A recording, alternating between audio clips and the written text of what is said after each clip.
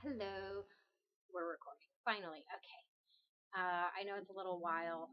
I wanted to get this done last Sunday, but I didn't take my computer with me while I was on a little mini jaunt. I just wanted to recap my week two training for the Cap City, or excuse me, it's actually the nationwide marathon in 2016 in Columbus, Ohio. Just a recap of what I'm doing here, as opposed to what I did last year when I first ran it. Last year, I wasn't training at this time. We were just closing on a house two, 2 weeks from now, it would have been. And my main focus was, obviously moving. I think I started the week we actually moved. So the field from this year to last year, it's kind of cool to make the comparison. Um, I'm able to jumpstart and get a little bit more in beforehand and get that feeling. And especially now that this year I didn't do any other races before I started training, so I wasn't in the routine of running more than 20 miles a week, I think, until 2 weeks ago. So it's been quite interesting to get back in that groove of it after a semi long absence of low mileage weeks and months, really. So last week kind of brings me to my theme this week of time management. Um, the funny thing is when I approached my husband about doing this marathon again, he resents it, but he's supportive of it to not a very good extent. Um, I think we did have an argument once where he did shout out, "Oh, you're just running all the time." And I was looking back at my running logs, and I'm like, really, I'm not. I don't see how it's taking so much more time away from me and the kids. I mean, I did need a commitment from him to be able to take a long run on the weekends, and I was usually home by 10, 9, 10, maybe 12 in the afternoon, usually never beyond 12. If I was, I might have been running errands on my way home. But for the most part, um, I only needed that support throughout the month of training for him to watch the kids on a weekend morning, usually Sunday morning.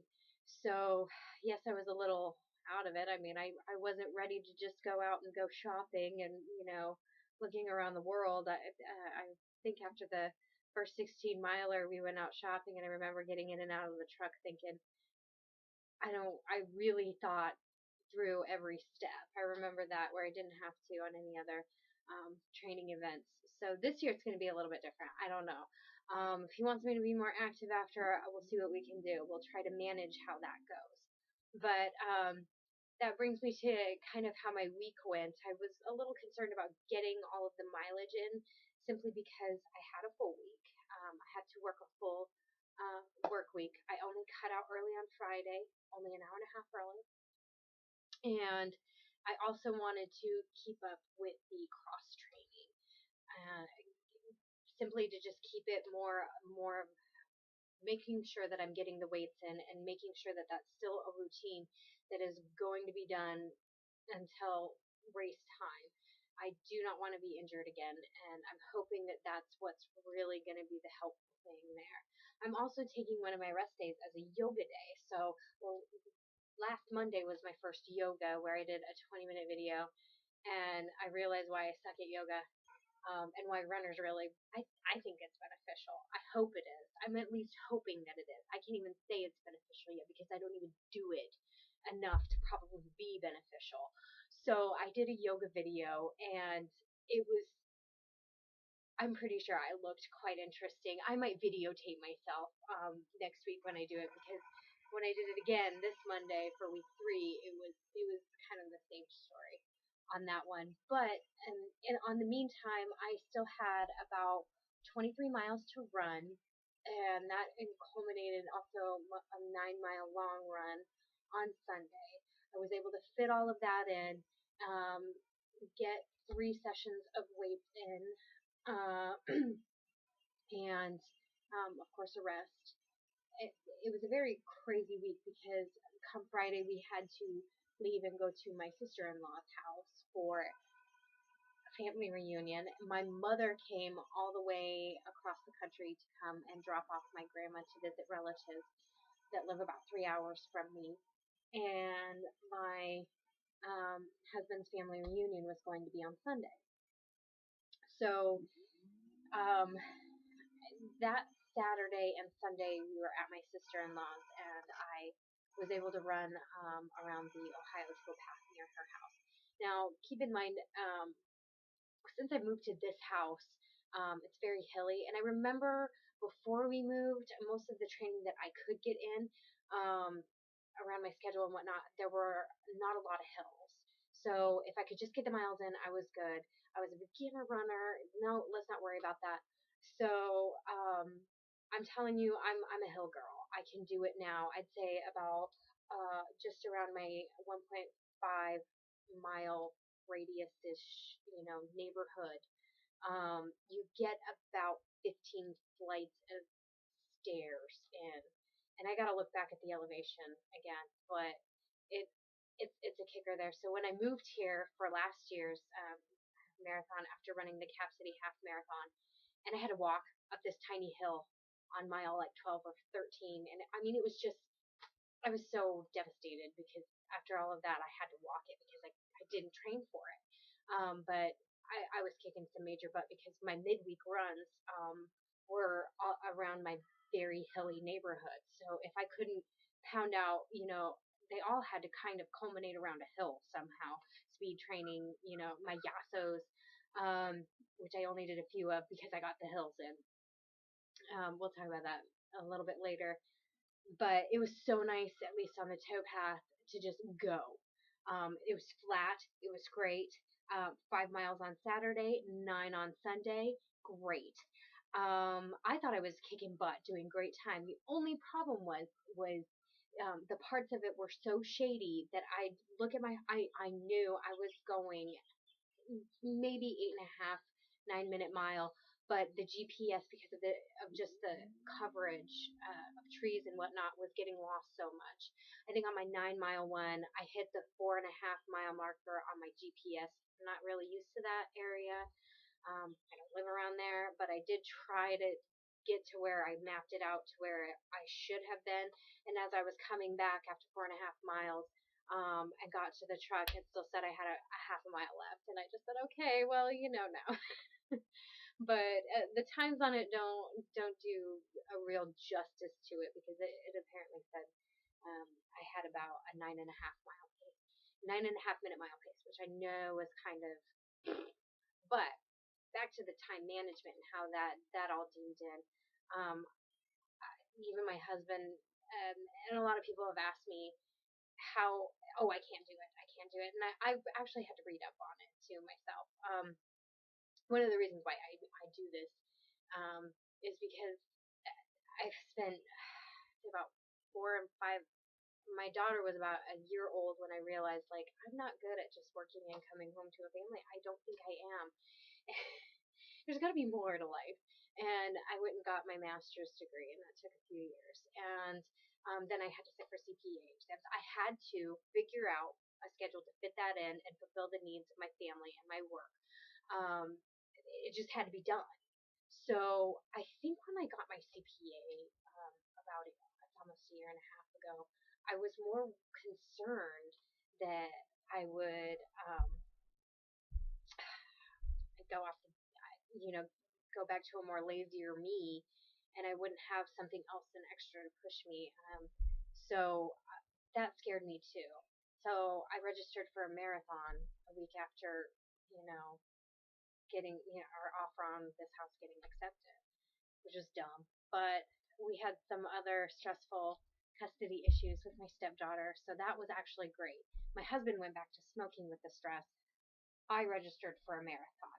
I don't know which one's better, but if you want to talk about a tense situation, that's what was last year. This year, I'm hoping, I don't want to say it's easy and more laid back. There's new things going on, and goes on to that. But one of the things that I've had to read, of course, the 4 Hour Work Week by Tim Ferry. I remember I kind of did take some tips out of that, but I really didn't like his whole style of it. He had, but I just finished Laura Vanderkamp's book. I Know How She Does It, and I read a few years ago. What was it? Oh yeah, What Most People Do Before Breakfast, and she's more on the timestamps of of don't look at what you get done in a day, look at as a whole in a week, and keeping time logs. And I remember, I like to schedule things out. I like my to-do lists. I'd show you, but it'd be a little scary right now, but I did. And I remember I tried to schedule, and then I tried to stick to that schedule, or I wouldn't write out if anything changed. It was a little, oh my gosh. But instead now, and I did that on week 2, where I'd try to write my schedule, what I wanted to accomplish, and when I think it would be done. But then I wrote a log of what I actually did during about a 20-hour span. It was quite interesting. Also, with one of the tips that I got from her a few years ago from her first book, or at least the first book I read, What Most People Get Done Before Breakfast, is just that drive of and doing this now. It's not about what I have to do and how much I need to fit in. It's you need to look at what I got done. If you look at, I mean, it's stressful when you think, oh, I got to do this and that and everything else. I love having my checklist, and I hate seeing when I didn't get to any of the crap that I wanted to get done. So if I sit down and I write down what I've gotten done, and I have to do this kind of work-wise, at least to submit, to my boss, more of a weekly overview of what I've done. So that kind of keeps me on track there. I can at least say I've gotten something done. And I like the accomplishment of I have to get so many miles in this week. Yeah, it's not always going to be on the same days every week, but trying to ease that out to where it's going to help me be a better runner. I'd say let's do that. There were some challenges last week for sure. Um, I wasn't able to get to some things that I didn't get to, just preparing to leave and everything else. And I did have to rely on my husband a bit. My daughter had gymnastics, and I also didn't get my cross training in, I think, on Tuesday. So he graciously was able to take her to gymnastics, which allowed me to accomplish 2 things. One, I worked a little bit later that day, got a little bit more done before I left the office. 2, this is a bonus too, got to skip some bad traffic, more, way back and not hit rush hour traffic at the tail end of it. And 3, while they were doing that, I was able to get my cross training. So, I don't want to say I got it all done. I did need help on some of that just to fit in some of the things that I wanted to accomplish in order to hopefully be a better runner. Um, that was pretty cool. That was pretty cool. I'd like to say that was just an accomplishment just to get everything done last week. Sunday was actually quite interesting in how that rolled out. I did my 9-mile run out at 6 o'clock in the morning. Got eaten alive by bugs. I mean, the still water that was around there was just oh. The whole time I was sitting there thinking I didn't bring my bug spray. I didn't bring my bug spray. And the first thing that I started to pack up for next week's long run or to come is my bag, and I put the bug spray just right in there. I'm not even, no joke, that was bad. But after that, even my sister-in-law, who was so gracious, I got to her house, back to her house, and she had already cooked everyone, knowing that I'd need food, cooked pancakes and bacon. I just thought that I'd have a protein bar before we had to get going. But it's just some of the things that people do for you. Just God bless. Thank you so much. We then all got showered and headed off to church. So we had church, and then we had the family reunion right after that. So it was boom, boom, boom. And then I went off to my grandma's house on my mother's side, and that was interesting. It was very nice to see my grandma too. It was a little stressful. You could tell she definitely needs some help, and I don't know what I need to do while she's here. Had to tour a nursing home this Monday on week 3. I was so stressed that even though we could talk about this next week, I just instead of taking a rest day, I slept maybe 5.5 hours, and got up and went on some very, very scary um, country roads, uh, and um, I ran about 4.5, 5 miles. Ran, walk. Now that was like running and then hopping over into some thistles and bushes and whatnot, and then um, you know, judging the terrain of this isn't a trail run yet. Oh, it was interesting. Anyway, I didn't mean to do that, but it kind of set me at ease instead of um, sipping a bottle of vodka throughout the nursing home visit that soon followed that day. So, if anybody else is watching this and thinking that they can't fit a marathon into their schedule, I'd suggest reading Laura Vanderkam's book. I know how she does it because she basically just says to that whole deal, and basically does cite. We say we don't have time for that. We are so busy. It really means we don't want to make time for that, and that's okay. That's okay. You don't have to do that, but un it's not doable. And there are plenty of people out there, whether they don't get it, my husband definitely doesn't get it, but they understand the need to fulfill a goal. And I understand that in others too. So they're willing to help where it needs to be. They definitely do not coddle me, that's for sure. So that's nice too. So just be cognizant of that. If it's worth your time, you will make time for that. I used to make time for 2.5 hours to 4 hours a night of watching TV until I realized, well, no wonder my life sucks. I'm not looking to, advance my degree. Therefore, I'm not going to be primed for promotions or moving to something different in life. I'm not willing to get a certificate. I mean, this time here, but I'm sitting here after my child goes to bed and watching TV. That was a real wake up call for me. So I got really good at learning how to juggle all of that. And I've learned that I love the schedules of it. I love, maybe it's a school thing, when you're out of school and you don't have that and you are in a uh, different type of work situation where you don't have those deadlines. Some people do, and some people don't on a continuous basis, but huge, big projects or goals to fulfill. It was nice to have that routine with school and with the CPA exams. And I love this kind of routine of, okay, I'm working towards this specific goal here. And I love it. I think I am a much calmer and happier person when I have that kind of very short term goal of 3 to 6 months to go for. And I know in the next couple of weeks it's going to be a little bit harder, and but the hours are going to be around about the same. I've added it up, and if I was very conservative with the cross training, adding in a little stretching before and after runs in case, conservative paces, even if I'm doing a pace run or speed work, just in case, as well as the cross training, I'm looking at the most 7.5 hours a week of just working out. And when you think that on average you should be working out around 3 hours a week, 3.5 hours, I think. If it's 30 minutes a day, it's just doubling that to a greater degree. Yes, it's double what you should be doing, but it's a lot more in that physically, but in the same sense, I think it's worth it.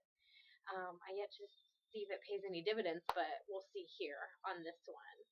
Um, that's about all I could sit here and talk about time management.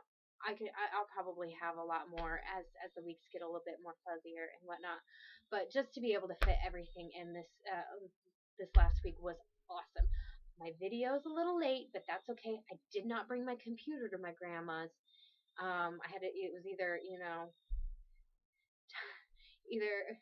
have a video about time management, posted in a timely manner, or, take up space and hope my computer doesn't get lost in the shuffle of going 5 different places in 1 week. So I went for the latter on that one. I hope this is helpful to somebody else, and I hope I look back on this whenever I start to think time is a little stressful. and that helps me.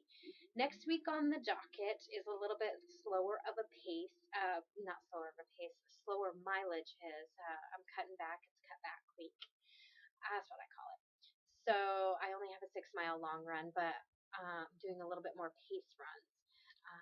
So I wonder what I'll be talking about after that one this week. So anyway, happy 4th of July. See you later.